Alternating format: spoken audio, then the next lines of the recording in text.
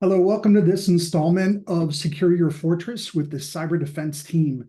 My name is Tony Turner. I'm the primary course author and instructor for SEC 547, Defending Product Supply Chains. In this session today, we're going to take a little bit of a different approach. And yes, I know you all came here to learn cutting edge techniques. And who thought you were going to learn cutting edge techniques from Grandpa? Well, Grandpa has a lot to teach us. As the saying goes, the more things change, the more they stay the same. There's no exception here as we look at supply chain security topics. We're going to draw some parallels between conventional wisdom on the topic, as well as newer approaches to addressing supply chain security issues. Okay. So first off, just a brief agenda. We're gonna cover first just an overview of supply chain security. If this is your first time ever hearing about supply chain security or don't understand why it's an issue or how it impacts organizations, we're going to give you a brief primer on that. We've only got 30 minutes in this session, so we're going to move real fast.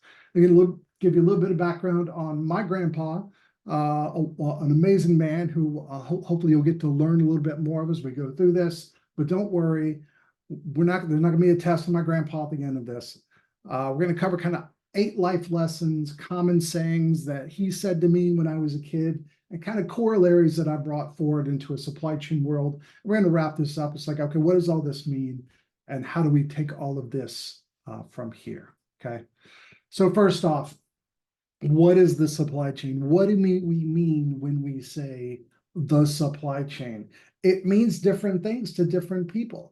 If you look at traditional definitions of supply chain risk management, it was more third-party vendor risk. We're going to look at the vendors. We're going to do some questionnaires, right? That's still a part of this risk universe. But I think as time has gone on, we've started to realize the vendors are only important because of what they do for us, right? The products that they sell to us, the services that they provide to us, the connectedness with our business. And this can materialize in a variety of different ways, right? We may have a direct contractual relationship with a vendor. Maybe there's an ability for us to influence this. Maybe there's some sort of flow down clause or indirect relationship, vendor of a vendor. We'll talk about like third, fourth, nth tier suppliers within our supply chain, and what is our locus of control to influence those individuals, those entities. We have resellers. We have all kinds of other relationships that maybe we get goods and services from them, but they're not directly responsible in establishing security perimeters and security controls and security good practices. They're just there to facilitate the transaction. And we have our own supply chains as well. This is all part of the supply chain, upstream, downstream, midstream, all the way around. This entire ecosystem of entities that all connect together that ultimately facilitate how we do work. Okay, so why is all of this important, right? One of the biggest takeaways that I gained when I first started doing this work, I use this concept of pull versus push, right? Traditional cybersecurity attacks were typically thinking we have some sort of perimeter. We need to protect against some sort of inbound actor that's trying to do something bad to us. The reality is in supply chain attacks, we pretty much compromise ourselves. What I mean by that is we have established some sort of trust relationship with another entity. We have then made changes to our internal process to say, this is how we do business. Well, I get this firmware from this website. I rely on this service from this trusted entity. And whatever trust and assurance gates need to pass through to qualify them as a trusted entity probably happened somewhere else. I'm somewhere else in the business. I've been told that they're okay. And so I engage with them. I download that software. It's trusted. Was it ever really validated? Maybe, maybe not. Is it validated on every transaction? More than likely it's not, right? So essentially what we have here is we have a single point in which adversaries can target, which then explodes outward into multiple service providers that leverage that supplier and multiple customers that then leverage these service providers. And then going downstream from there, you can see here on the graphic we have here on the page, we have a single software platform that can be compromised and then create impact for tens, hundreds, thousands, potentially even tens of thousands or hundreds of thousands of downstream customers. I mean, this is what we've seen in many of the supply chain attacks that have unfolded in the past, whether we're talking SolarWinds or Log4j. This is why this is such a big deal. One point of compromise, it explodes in this spiderweb effect across the industry. Okay. So I'm going to talk a little bit about my grandpa. So my grandpa, he was not a cybersecurity guy. Regardless of what the title of this talk is, grandpa was a supply chain expert. He was not a cyber supply chain expert. The reality is, once we get into this, you'll find that the commonalities are more prevalent than they are missing, right? So grandpa, he fought World War II in a mortar unit. He was an officer in the U.S. Army. He went overseas and he fought in the big war. He was a lifelong road construction guy. He came up through the ranks and was a lowly guy, learned the business, saved his way up into a position where he could then acquire, take over the business. And he ran it for a number of years before he sold it off. Consummate businessman. Was on a board at a local bank. He was a deacon in the church, upstanding member of society. Really a great guy, but he didn't know how to use a computer, right? He used a brother word processor. I used to help him with a lot of his computing needs way back in the day. And we're talking, 30 plus years ago. And a lot of people didn't really have really strong computer skills. But the reality, as a business owner, he understood his business. He understood what his business needed. He understood what the material risks to his business were. He understood what his dependencies were internally and externally. And we get right down to it. When we talk about supply chain, we talk about dependencies in terms of like software dependencies, but this whole idea of dependency mapping and dependency understanding goes way, way, way farther than just understanding what's in your software bill of materials, although that is certainly a piece of it, okay? So like I said, we're going to get into like 8 sayings that grandpa used to say to me as a kid and kind of walk through what does this stuff mean in terms of the supply chain, okay? So first off, it takes a village to raise a child. I think we have heard this time and time again. Raising a kid is hard. Doing anything of importance is hard. Building a company is hard. Running a department is hard. Standing up a cybersecurity program is hard, right? In all these situations, you can't do this in a vacuum, right? You may have an objective, you may have a plan, but you have external reliances. You have other departmental leaders, other boots on the ground, executive management, right? If we're talking about running a business, we obviously have external stakeholders, partners, supply chain partners, service providers, product providers, HR services, right? Maybe I'm not big enough to have my own HR department yet. I need to fund that out, right? That is the supply chain, right? Some entity is providing you recruiting services or staffing services. They are providing a material good to your company. And when we're starting into topics like insider threat and things like that, you can kind of start to connect the dots between things that you wouldn't normally consider to be cybersecurity issues that can become cybersecurity issues if we don't have the proper checks and balances as we go into this. So I talked a little bit a minute ago about this whole concept of the third, fourth, and nth party supplier. Again, this is a global ecosystem that's required to run most modern businesses, and it's getting more and more complex every day. The reality is you'll reach a point where you have a certain span of control on what we call what I refer to as third party and fourth party, right? Third party are those entities that you have a direct relationship with, or fourth parties are like supplier of supplier.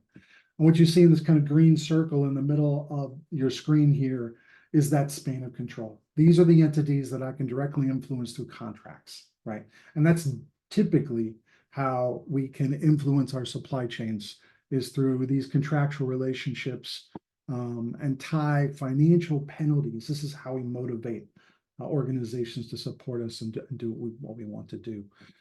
In some instances, we can have some sort of flow down or right to audit clause on the fourth party, but by and large, that's the exception. We get out to nth party and beyond, especially when we talk other geographies that are not friendly to our supply chain program. certain countries. We know who those countries are.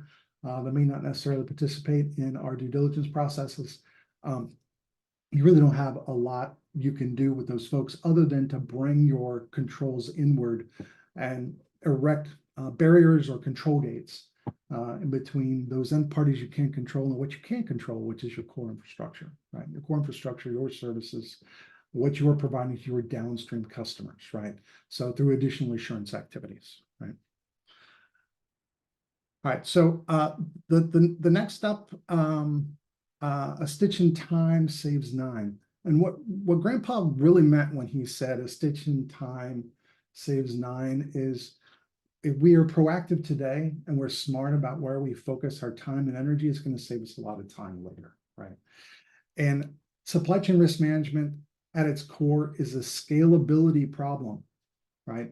There's too much work to be done. You just saw a minute ago, right? Bunch of suppliers here. Like, how do I get to all of these? And really, your map is probably 100, 1,000, 10,000 times larger than this. Right? How do you get to all this? Right? That is a nightmare in scalability, right? So what we really have to do is we have to get to how many assessments can I do this year? How many threats can I possibly address? How many vulnerabilities can I possibly mitigate this year? Let's put some numbers on it. Like, you theoretically have an understanding of the resources that you have available to you inside your organization. What are you resourced to do?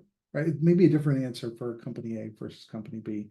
The risks are going to be different, even if we're talking about the same type of business and the same threats, right? Your risk appetite is going to be different. Your focus is going to be different. Your business strategy is going to be a little bit different. So you really do have to take a prioritized approach to do this, but understanding what is the most important and doing it quickly. We have to triage this rapidly. This is one of the things that we do cover in the course to get to that kind of prioritization funnel, to quickly triage this huge mountain of work to be done and get to something actionable quickly, right? Life's too short to dance with ugly women or ugly men. Grandpa always said ugly women, but trying to make this a little bit more relevant for 2024. But regardless, the idea here is that we have so much, as I just alluded to a minute ago, there's a lot of work to be done, right? We don't have time to waste time, right? So one of the very first things we have to do is to get to some understanding of quality, right? And it's not just what I have here on the screen as a report from an open source utility called SBOM-QS, which is a quality score for software bill of materials, something we do cover in the course. But like, it's not just about SBOMs, right? It's about everything that you're doing inside your program, understanding what good looks like and getting to that understanding quickly. When you're moving through your procurement process, understanding what quality looks like, and quality from a security standpoint, from a risk standpoint, not just from a business support standpoint or cost standpoint, which are obviously procurement factors as well. But the sooner you can get to this understanding, the better. Okay. Supplier diversification is super important. Don't put all your eggs into one basket, right? Like the best laid plans of mice and men, right? Like, you know, the whole idea here is that we can have the best plan in the world, but eventually something's going to happen, right? Supplier's going to go out of business. Their factory's going to get hit by a natural disaster. Their supply chains are going to get impacted by something. Economic drivers might force you to go a different path. Maybe that component that you put in your product initially is just too expensive and you can't afford to do it. You have to go service a downstream market that is more cost conscious than your first customers were. And so you have to make changes and decisions. If all you have is your default supplier, great. You have an approved vendor list, they're on the AVL. You have an approved parts list, they're on the APL. Fantastic. Minute you got to make a change. Well, now we need to go to an approved alternate supplier. Well, if they're an approved supplier, then they are on the AVL. But did you vet the components that were part of whatever it is, components and services that you get from them? And then let's say that even that doesn't work out. Now you've got to go to some other unknown risky supplier. And now we have risks of counterfeits, backdoors, reliability problems, obsolescence problems.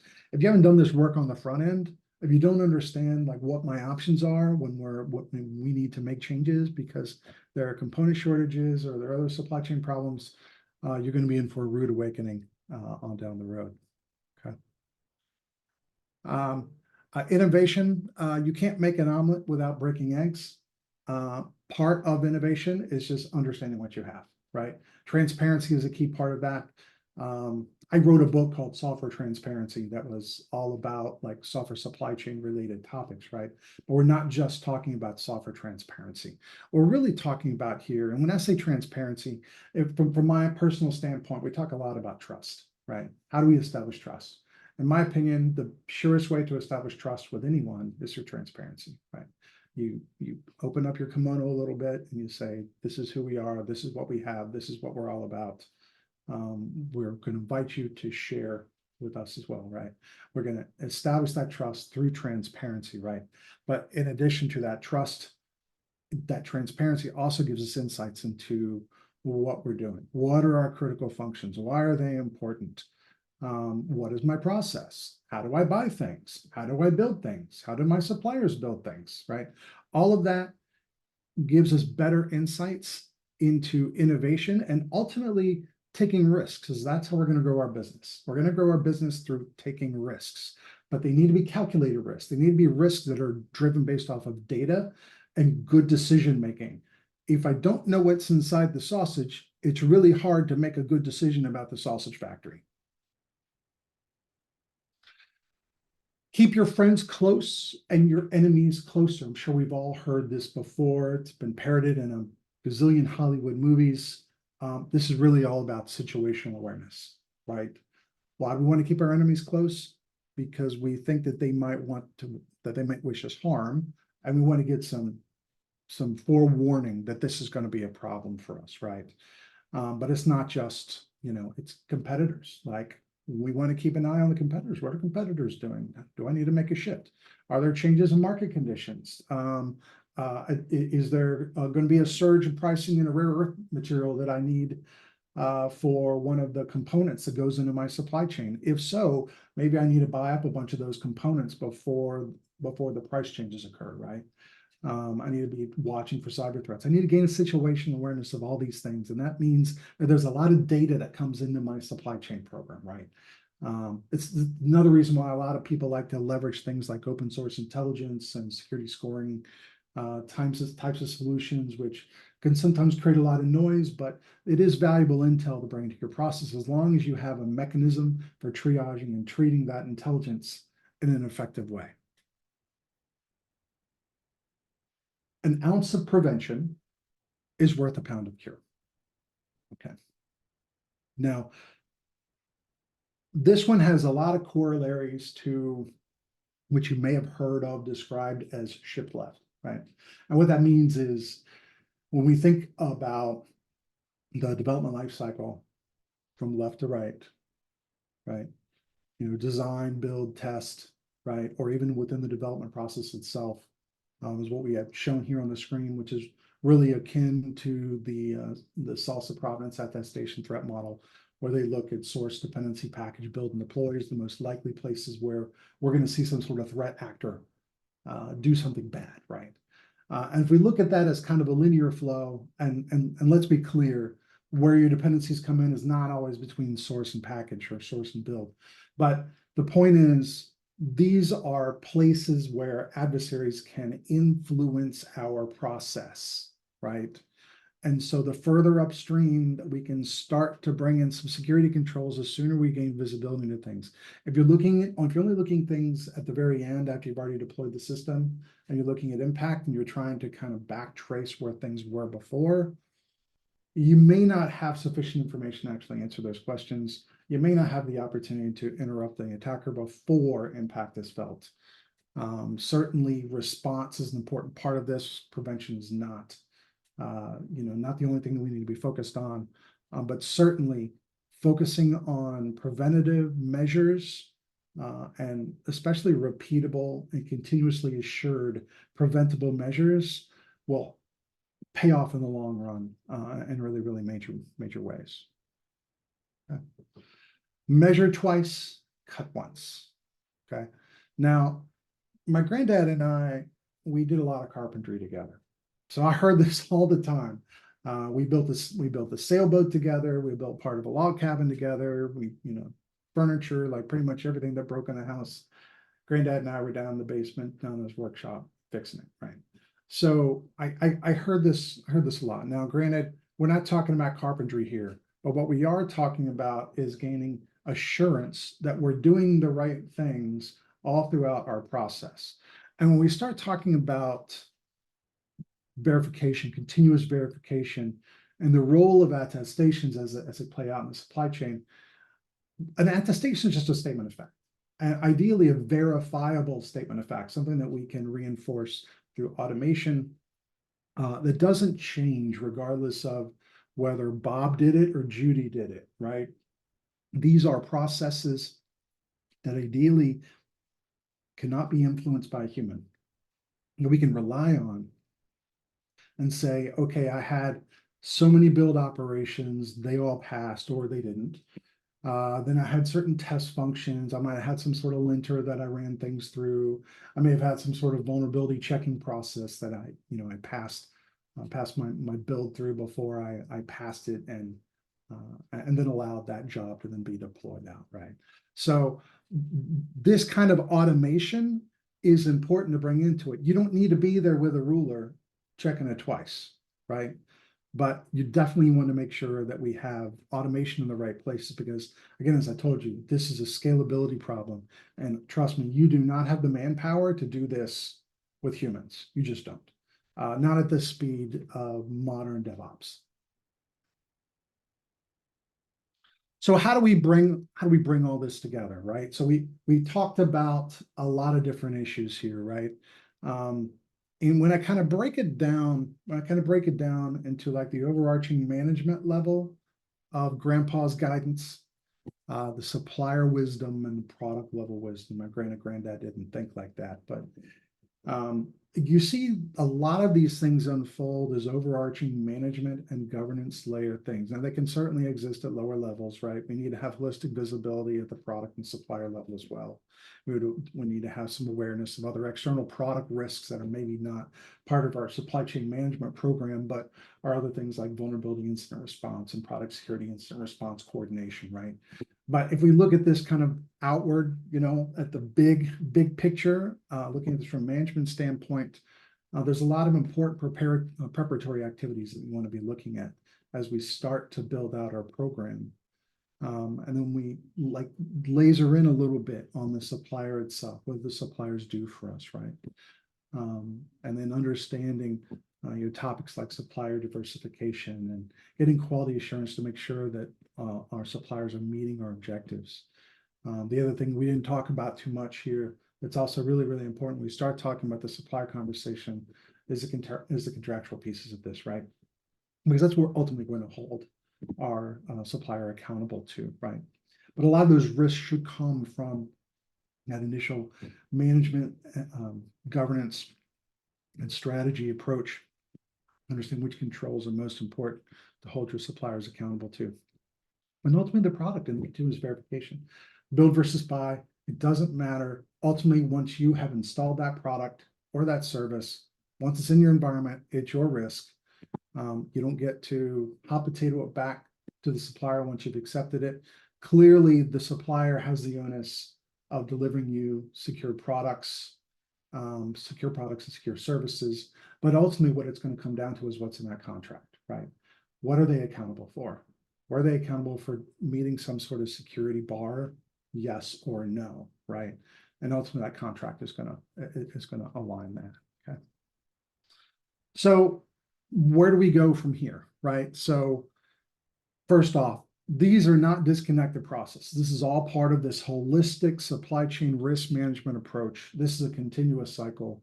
Didn't illustrate it. I illustrated more of a hierarchical view, but it really is a cyclical view.